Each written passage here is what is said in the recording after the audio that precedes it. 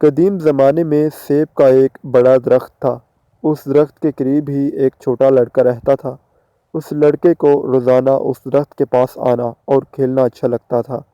وہ اس درخت کے اوپر چڑھ جاتا اور اس کے پھل توڑ توڑ کر کھاتا اور پھر اس کے سائے میں سو جاتا۔ وہ لڑکا اس درخت کو بہت چاہتا تھا اور اسی طرح اس درخت کو بھی اس لڑکے کے ساتھ کھیلنا اچھا لگتا تھا۔ وقت گزرتا رہا اور لڑکا بڑا ہو گیا اور وہ پہلے کی طرح روزانہ اس درخت کے پاس کھیلنے نہیں آتا تھا۔ ایک روز وہ نوجوان درخت کے پاس آیا۔ وہ مایوس لگ رہا تھا۔ درخت نے اس سے کہا، آؤ میرے ساتھ کھیلو۔ نوجوان نے اس سے کہا، اب میں بچہ نہیں رہا۔ اب میں درختوں کے ارد گرد نہیں کھیلتا۔ مجھے کچھ کھلونے چاہیے اور انہیں خریدنے کے لیے پیسوں کی ضرورت ہے۔ اس وقت درخت نے کہا، مجھے افسوس ہے، میرے پاس پیسے تو نہیں ہیں، لیکن میرے اوپر جو سیب لگے ہوئے ہیں تم انہیں توڑ کر بیچ سکتے ہو۔ اس کے بعد تمہارے پاس پیسہ آ جائے گا۔ نوجوان بہت خوش ہوا اور اس نے درخت کے سبھی سیب توڑے اور خوشی خوشی چلا گیا۔ سیب توڑنے کے بعد نوجوان واپس نہیں آیا تو درخت کو مایوسی ہوئی۔ ایک دن وہ نوجوان آیا۔ اب وہ جوان ہو چکا تھا۔ درخت بہت خوش ہوا۔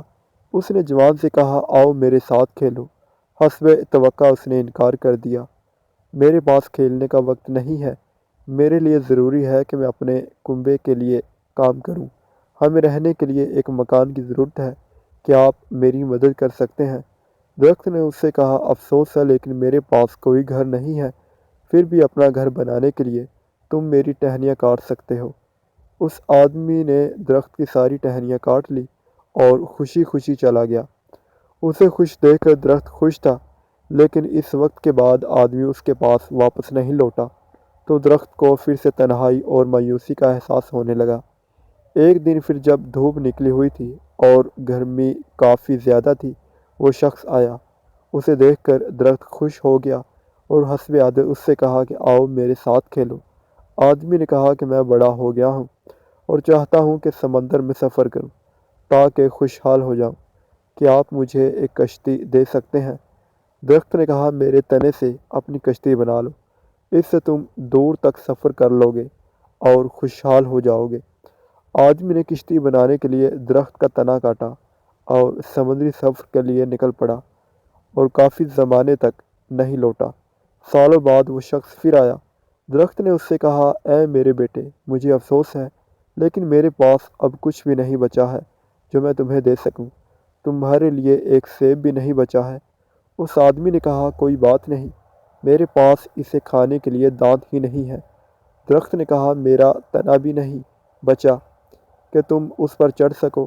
اس شخص نے کہا، اس پر چڑھنے کی اب میری عمر نہیں رہی۔ درخت نے کہا اور اس کی آنکھوں سے آنسو جاری تھے، حقیقت میں اب تمہیں کچھ نہیں دے سکتا۔ آخری چیز جو میرے پاس ہے وہ میری جڑیں ہیں۔ اس وقت اس آدمی نے کہا، اب مجھے زیادہ چیزوں کی ضرورت نہیں ہے۔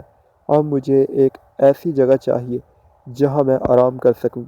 زندگی بھر کام کر کر کے میں تھک چکا ہوں۔ پرانے درخت کی جڑیں ٹیک لگانے اور آرام کرنے کے لیے سب سے بہتر جگہ ہے۔ تب درخت نے اس سے کہا، آؤ میرے پاس بیٹھو اور آرام کرو۔ آدمی بیٹھ گیا۔ درخت خوش تھا اور اس کی آنکھوں سے آنسو جاری تھے۔ وہ بچہ اب خود ہے اور سیب کا وہ درخت آپ کے والدین ہیں۔ نصیحت: درخت والدین کی طرح ہے۔ جو ہم بچے ہوتے ہیں تو ہمیں ان کے ساتھ کھیلنا اچھا لگتا ہے، اور جب ہم بڑے ہو جاتے ہیں تو ہم انہیں چھوڑ کر چلے جاتے ہیں اور اسی وقت واپس آتے ہیں جب ہمیں ان سے کوئی ضرورت ہوتی ہے۔ اور کچھ بھی ہو جائے، والدین کبھی بھی اپنی قیمتی سے قیمتی چیز اپنے بچوں کو دینے میں تردد نہیں کرتے، جو ان کی آنکھوں میں بچے ہی رہتے ہیں۔